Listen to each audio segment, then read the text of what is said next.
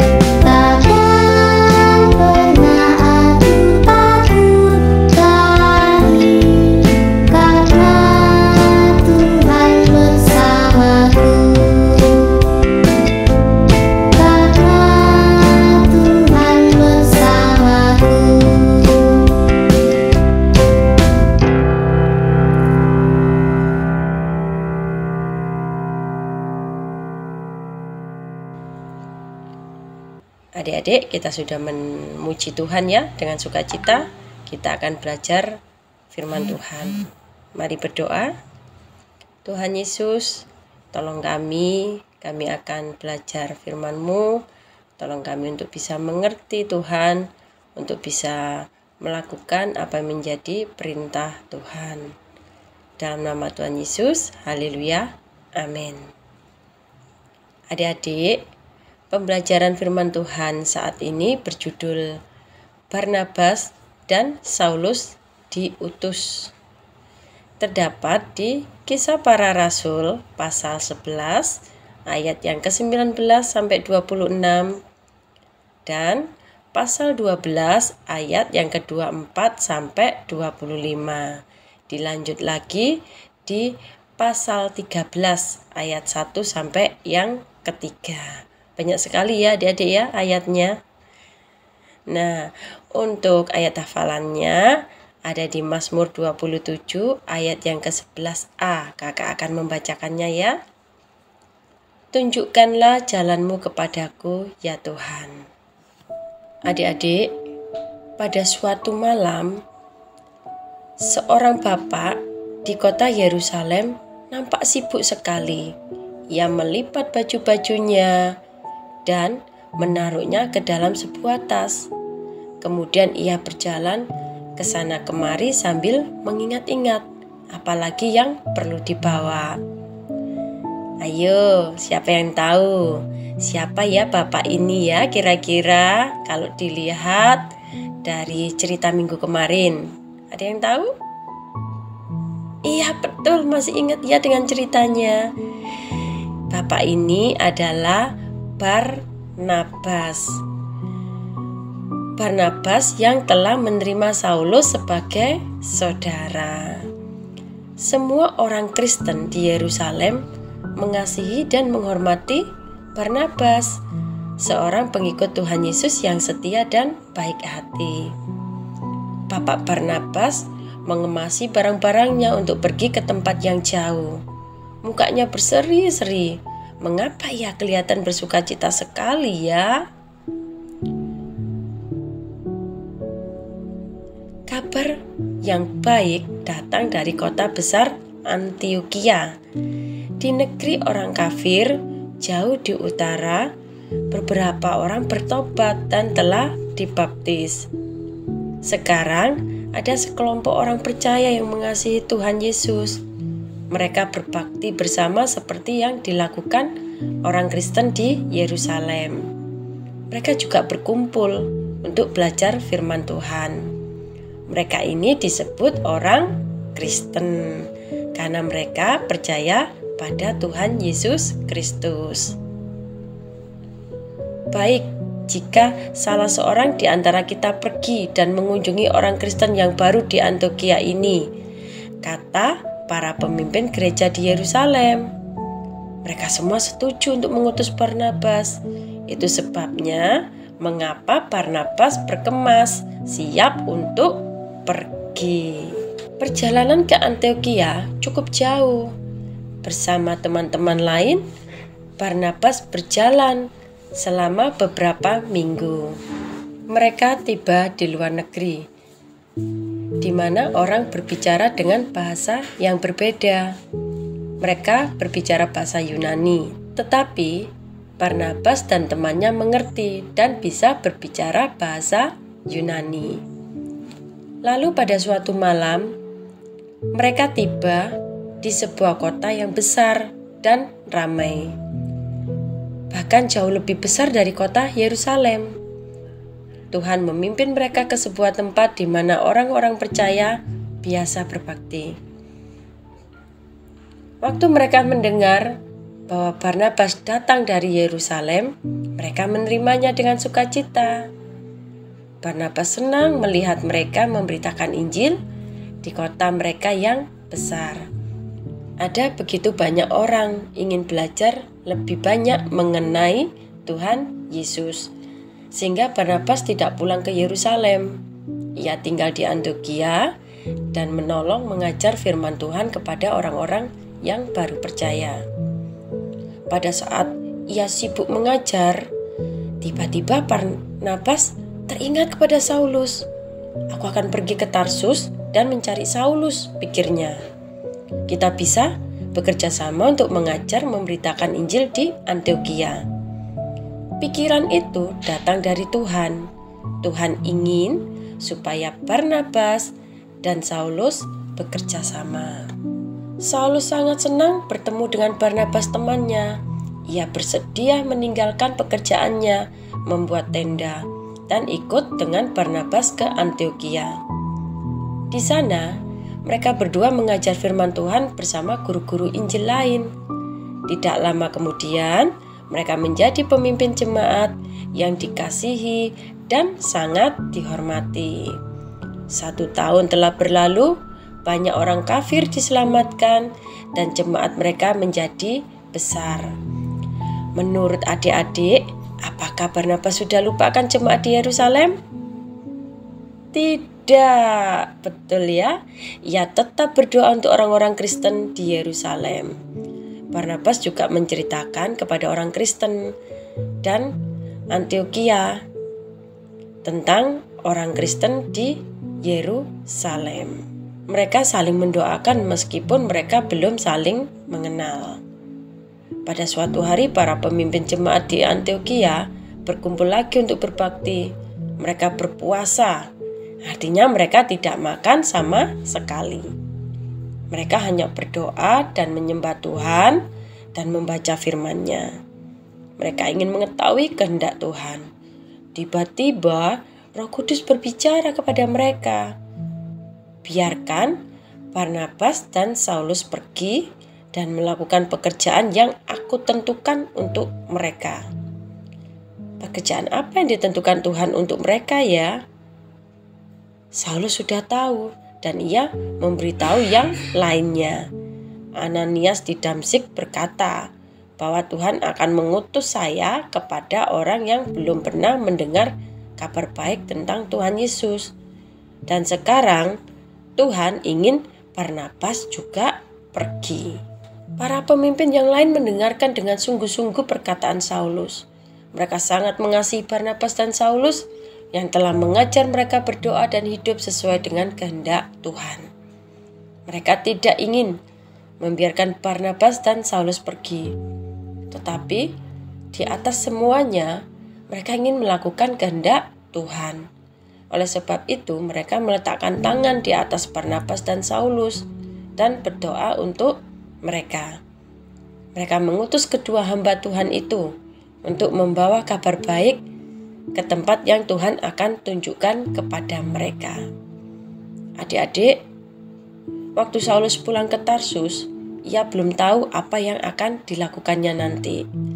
Di Tarsus, ia pasti bekerja, berdoa, dan memberitakan Injil kepada tetangga-tetangganya. Mereka melihat bahwa Saulus sudah berubah. Tetapi Saulus tidak pergi kemana-mana. Ia menunggu bagaimana Tuhan menyatakan apa yang akan dilakukan selanjutnya. Sebelum ia menjadi pengikut Tuhan Yesus, ia memutuskan segalanya sendiri. Tetapi sekarang ia hanya mau melakukan apa yang Tuhan inginkan. Sementara menunggu, ia bekerja dalam bidang yang sudah ia pelajari.